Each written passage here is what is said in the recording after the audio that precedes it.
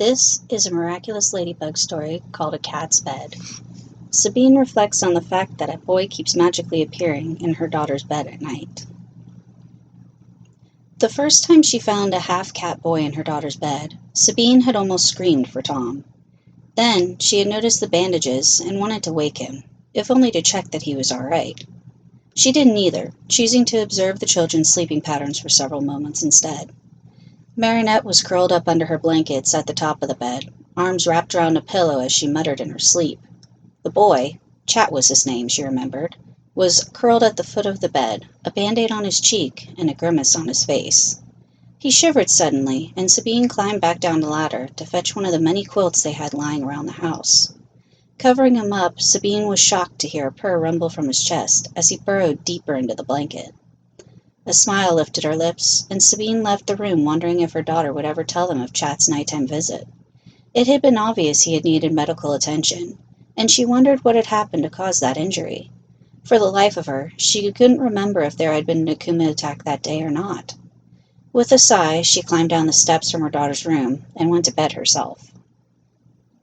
From that night on, Sabine kept an ear on Marinette's door when it was late at night and she had already gone to bed. It was around that time that she realized that Marinette was having bad nightmares. The first time she had heard Marinette scream, she'd flown into her room, half expecting a startled cat and a furious daughter. Instead, she had found Marinette on her lounge, eyes screwed closed and gripping a pillow so tight that her knuckles were white. Marinette cried out in her sleep again, breaking Sabine's heart, even as she rushed to her child's side. Pulling her close, Sabine rocked her, waking Marinette slowly from her nightmare. "Chat?" Marinette queried, making Sabine freeze, and in the next instant, Marinette froze as well, realizing that it was her mother who held her. "Did you name your stuffed cat Chat, sweetheart? That's not very original," Sabine chuckled, deliberately misunderstanding. "Oh, yeah, sorry, Mom. I didn't mean to wake you," Marinette whispered, as she tried to pull away. Eyeing the plate of cookies on her desk, Sabine sighed, allowing Marinette to uncurl from her arms. "You didn't wake me, dear. But did you know that eating too many sweets to put before bed can give you nightmares?" Marinette shook her head, and her mother stood. "Do you want me to make you some tea?" Sabine asked, and Marinette shook her head again. "No, I'm okay. I think I'll just go back to sleep in a bit. I'll work on my designs for a bit, and then I'll go back to sleep," Marinette managed, even smiling as her mom eyed her critically. "All right, then," Sabine said, after a moment of silence, and left her daughter in peace. It was soon after that incident that she found Chat in her daughter's bed once more, draped across her feet and purring loud enough that Sabine could tell he was there without even looking in the bed. It was sort of cute, until his purr faded and Marinette shifted, another nightmare coming on. At her movement and whimper, Chat shifted as well so that he was lying across her lower legs, his purr starting up once again, soothing her daughter from her bad dreams. Sabine covered him up once more and left feeling tears prick her eyes. She didn't know how Marinette knew Chat, and she had no idea what their relationship was like, but it was obvious that he was coming and sleeping at her feet to help soothe the nightmares. That night she curled up next to her husband's side and wondered if she should ask Marinette about her nighttime visitor. It was a week later that Adrian came over to the house with Isla and Nino. While the others relaxed, Adrian seemed nervous and embarrassed, although he had smiled while speaking pleasantries as they waited for Marinette.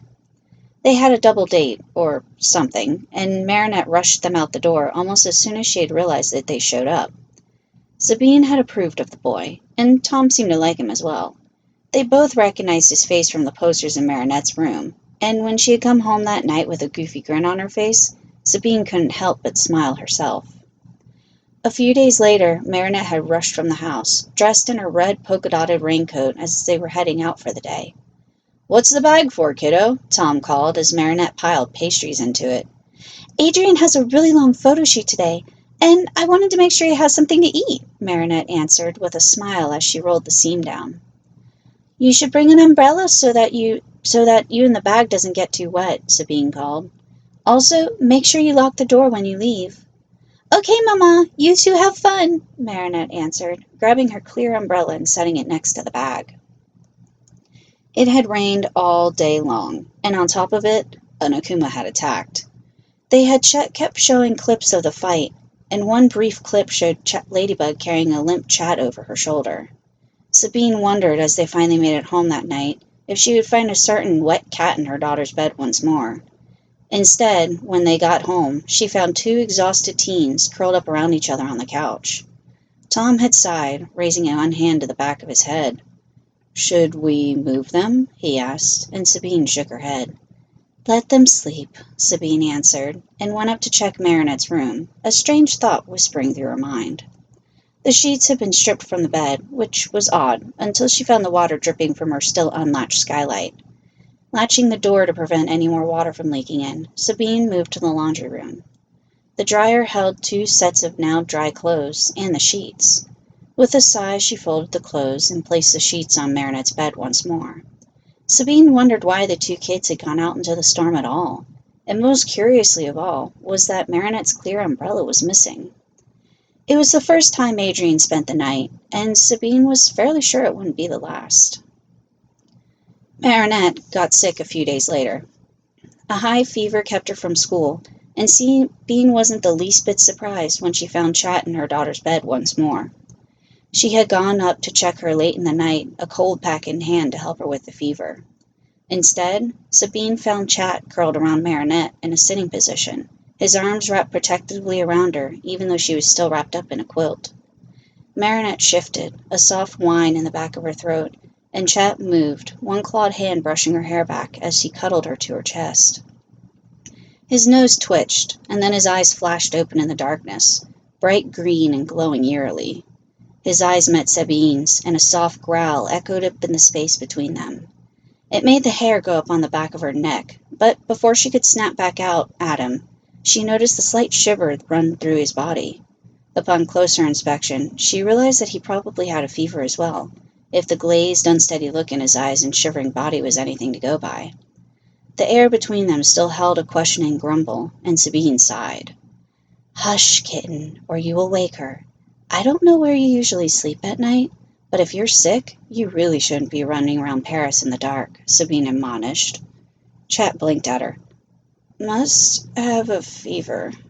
Imagining things," he muttered, then uncurled himself from around Marinette, vanishing out the window so swiftly and quietly, Sabine could swear he was part of the shadows himself. She didn't know what to think about that encounter, even as she placed the cold pack against her daughter's forehead, although Sabine had a feeling that Chat wouldn't be back until they were both better. It had been over a week since she had last seen Chat in Marinette's bedroom, and as she climbed the stairs, Sabine wondered if Marinette was even home. It had been a bad day, with 2 Akuma attacking at once. Tom had been turned into a statue, and Sabine had been forced to hide out while she desperately tried to get a hold of Marinette. All of her attempts had failed, and in the end, she had been trapped as a statue as well, coming to about a mile from the bakery. Tom had answered her text immediately, and she had made it home long before him.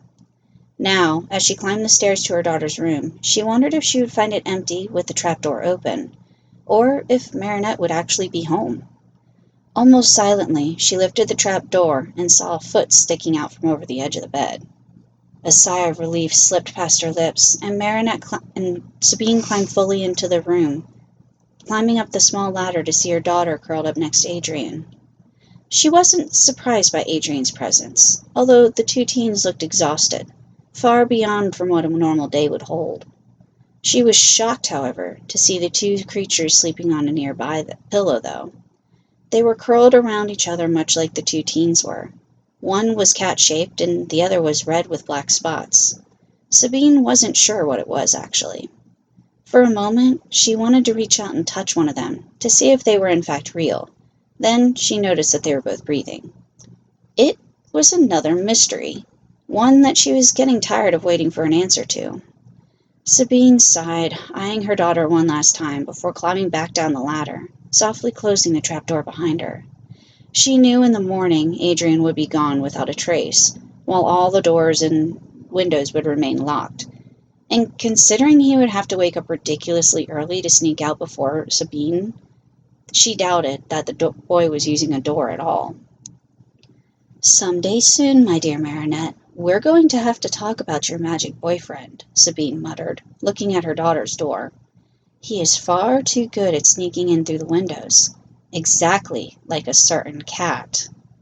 They would talk eventually, Sabine knew. But for now she would run interference with Tom, and wonder which form of the boy she would catch next in her daughter's bed next time.